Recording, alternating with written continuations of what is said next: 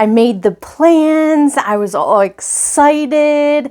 Everything was packed and ready to go. And I got there and things just started falling apart and I had a mental breakdown.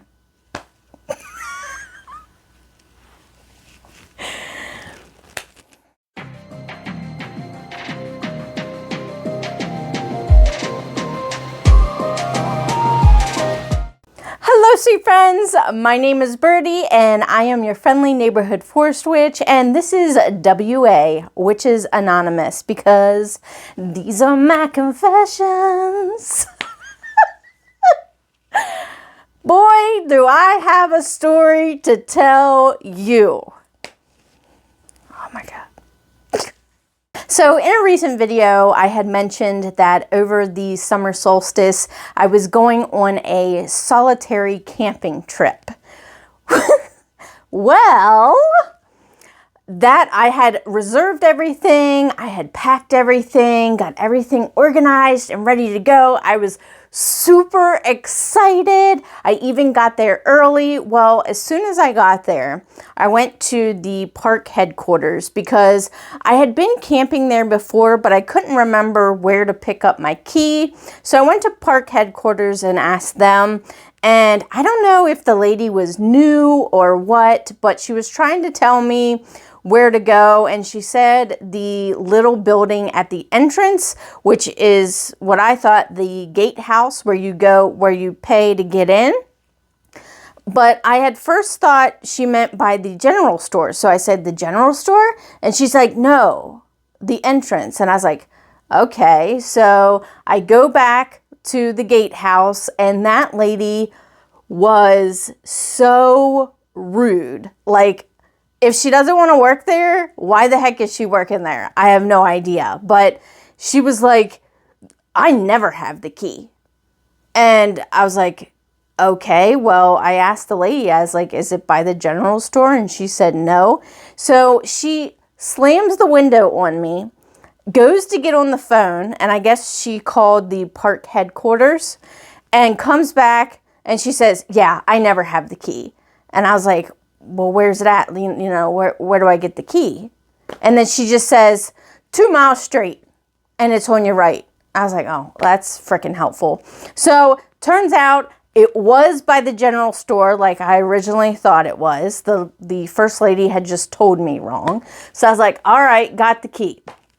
So even before that, it was too early to get the key. So I had just hiked around and that was all fine. You know, I didn't mind, you know, just hanging out, enjoying the scenery since it was a forest. Obviously, hello, I'm a forest witch.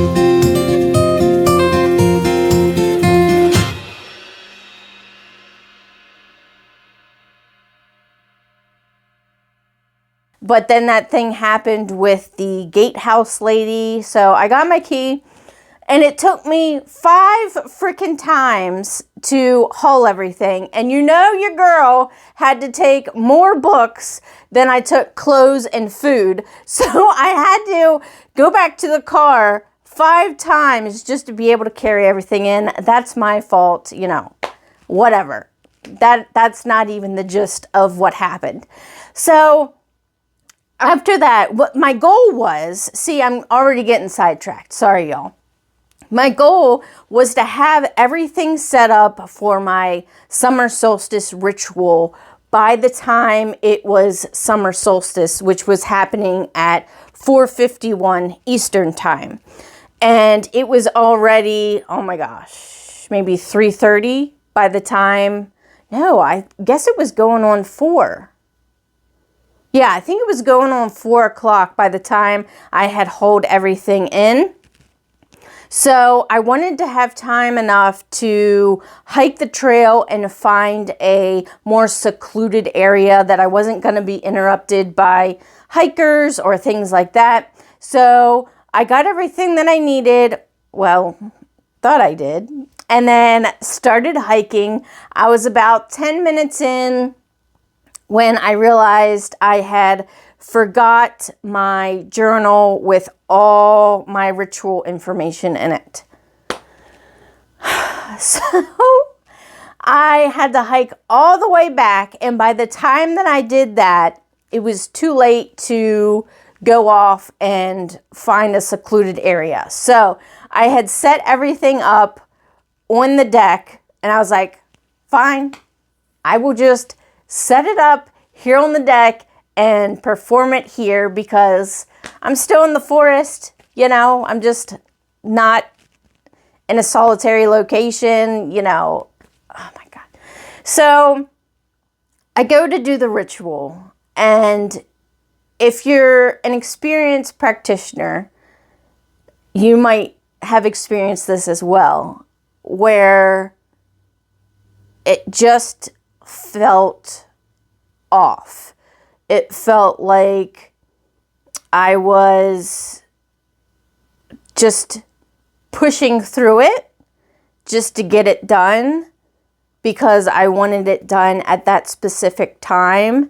And not only did the ritual feel off, but all my surroundings fell off too. Like I could hear kids screaming in the background. I could hear airplanes overhead. And even though this park wasn't in the city, it's such a huge pet peeve of mine because I do live in the city, and every single park here, you can hear cars driving by, you can hear airplanes overhead. So I wanted to be able to go somewhere without all that crap, and then it turns out I still couldn't get away from it. So it was a huge bummer. And I put so much pressure on myself because I wanted this specific ritual to be perfect. I mean, part of that is due to my mental illness. I have OCD,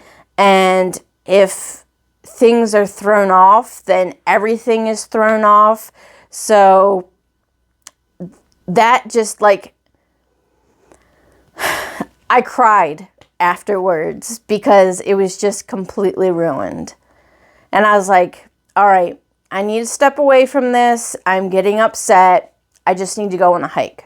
So I did. And during the hike, I was looking for wildflowers. So it said if you place 7 wildflowers underneath your pillow the night of summer solstice, your deepest desire will come true. So let's see if we can find 7 different varieties of wildflowers.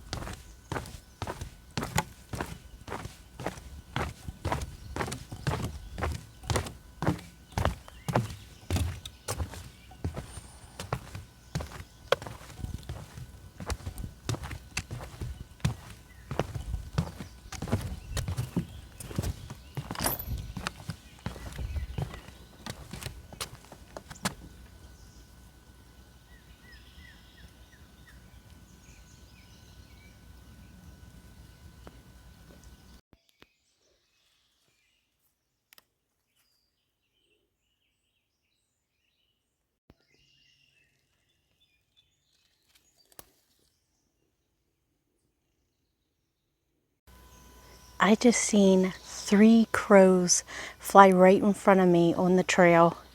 And now they flew up into the tree. Oh my gosh. That is so magical.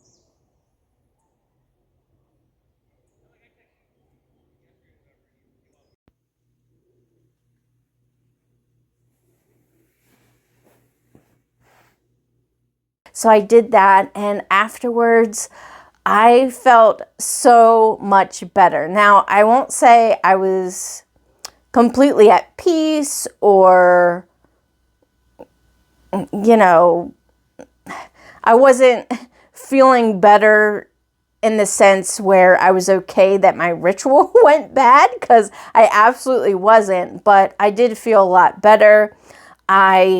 After that, I read for the rest of the evening, and I had got into bed, y'all.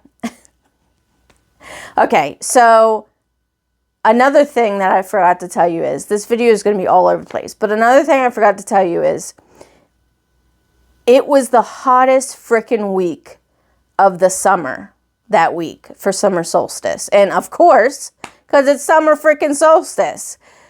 So when I had first got to the cabin, it was actually cooler in the cabin than it was outside. And the fan wasn't even on yet inside the cabin. So that was fine. However, obviously, the majority of the time, I was going to be outside and I was pouring buckets, like sweating profusely. It was so hot. Well, when I came back and I was done reading, I had already put the ceiling fan on, and they also give you these big circular fans that you can put on as well. So I had put that in the bedroom. That was on, and you know, it was still hot, but it wasn't so bad that I couldn't sleep. So I was nodding off. The light was still on. And all of a sudden, all of a sudden, this mouse crawls up the frickin' wall, y'all, right by my head. And if you've been watching my channel for a while, you'll know that I've had pet mice in the past. Their name was Remy and Emile, and they're little white albino mice. This thing, I kid you not, was at least 3 times the size of Remy and Emile. It was huge, and it wasn't a rat, it was a mouse. The thing crawls up the frickin' wall and then like just hides behind the curtain and doesn't do anything. And I'm like, what the heck? If it can climb the frickin' wall, then it could climb the bed. And obviously I can't sleep in a sleeping bag because it's too hot for that. So I'm fully exposed to this mouse, and you know, I don't know if it has any diseases, so I don't want to get bit. And obviously it's not contained in any way. It's, you know, free roaming.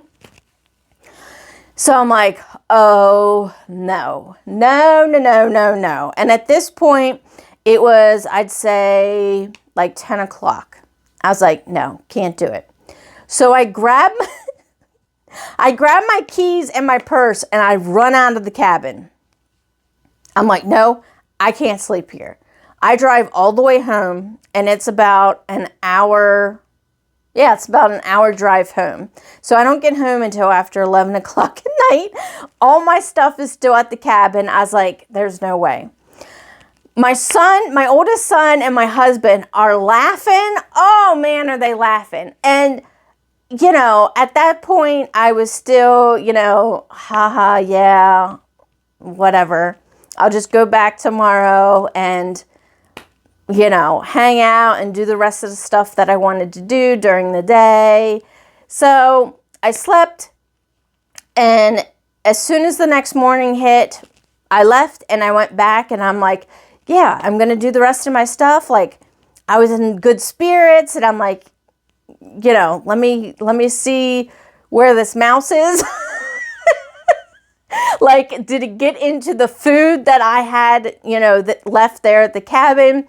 The food was all fine, but what it did do is somehow this freaking thing climbed up a plastic trash can, and it wasn't a small one that you find in a bathroom. It was a standard size, kitchen standard size trash can, and it was plastic. How the heck it climbed up that thing, I'll never know.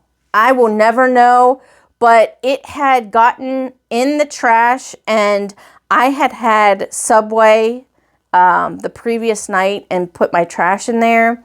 The bag was all chewed up. There was mouse poop in there, so it had been trying to get in there.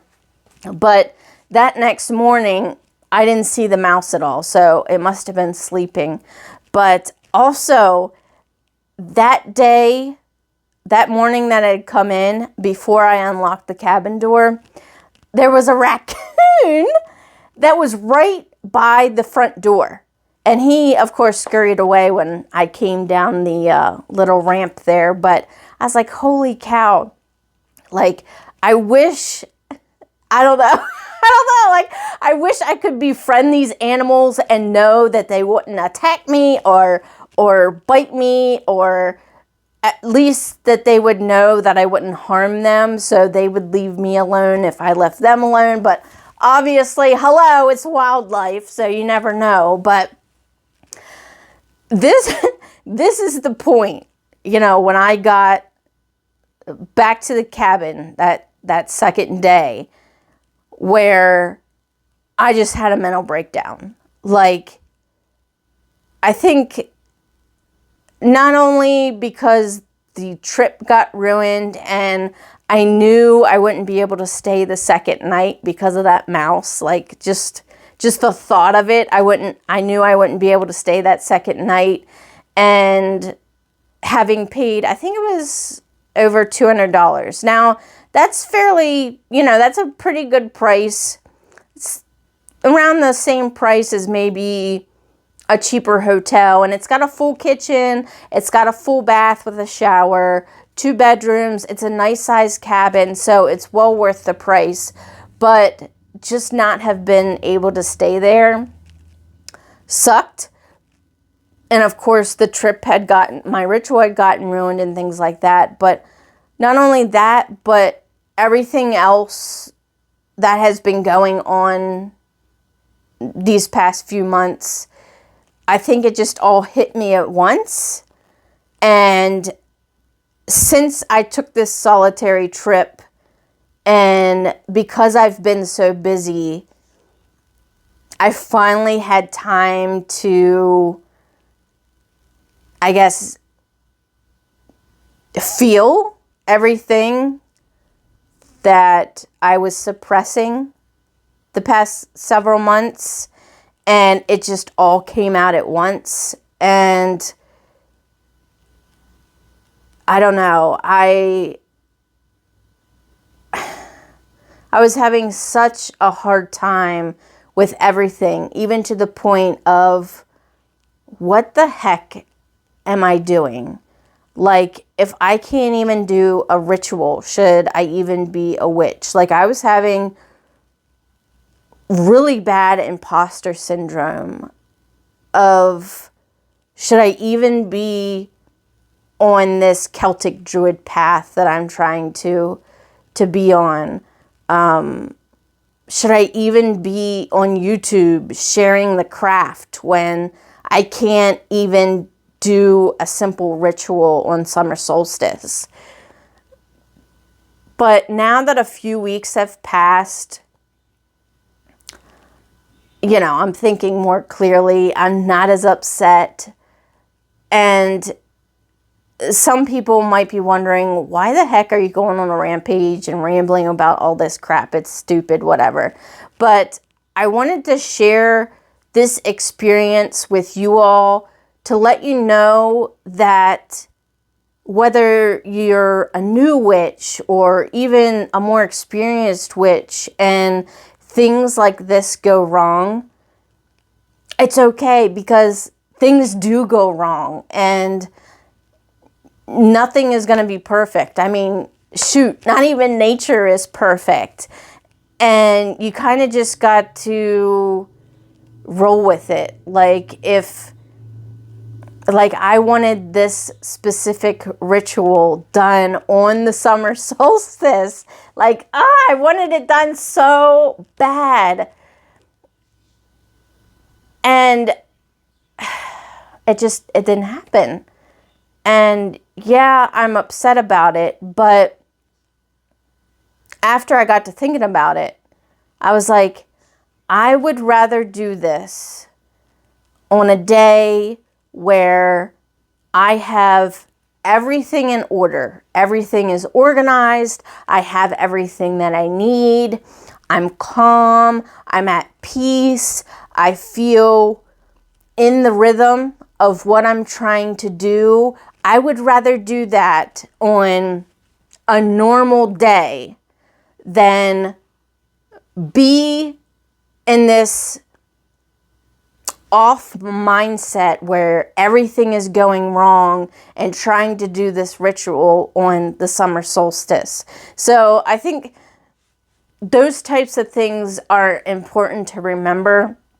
It's not about perfection. It's not about doing things on a specific day or on a specific moon phase or having all the materials that you need, or it's not about that. It's about getting in tune with what you're really trying to do with your craft or the specific ritual or the specific spell, and how you feel when you're doing it. So that was my experience for summer solstice. I am still bummed, y'all. I'm still bummed. But, well, and also I'd like to add that I have not tried to do the ritual since, because I'm still bummed. But maybe after a little bit more time, I'll try it again. I mean, I know I will. Even though I've only officially been calling myself a witch for 4 years now, witchcraft has been my life almost my entire life. My life is nature-based. I thrive in the forest, and that's why I will always call myself a forest witch, because that's where I feel most grounded and alive and the most me that I will ever be. And even though I had a mental breakdown, I am so glad it was in the forest, because I feel like if it would have been anywhere else, that breakdown could have spiraled, especially since I have mental illness. Like if I was at home and had this particular mental breakdown, I would have been in bed for days. I could have already foresaw it. Like I would have been in bed for days. So I am glad that even though I had a mental breakdown, it was somewhere where I felt comfortable to release those emotions, and I could feel the mother's love surrounding me, and her wrapping her arms around me and telling me that even though I'm upset, that everything's still going to be okay. So I just thought I would share. I'm sorry this was very rambly. And y'all, I wanted to do such a, I don't know, like a such a forest aesthetic video for you all, like a really nice forest aesthetic video for you all, and just highlight my summer solstice trip, and it just didn't happen. So I apologize. But, you know, things just never go as we plan. Sometimes. More times for me, it seems, than others, but what are you gonna do? You know, what are you gonna do? But if you've watched it this far, thank you so much. I apologize for this rambly video, but hopefully you got something out of it, whether it be a laugh or maybe, you know, like just knowing that somebody else has gone through something that you've gone through too. So thank you all so much. I love and appreciate every single one of you, and I will see you in the next one. Thanks, friends. Bye.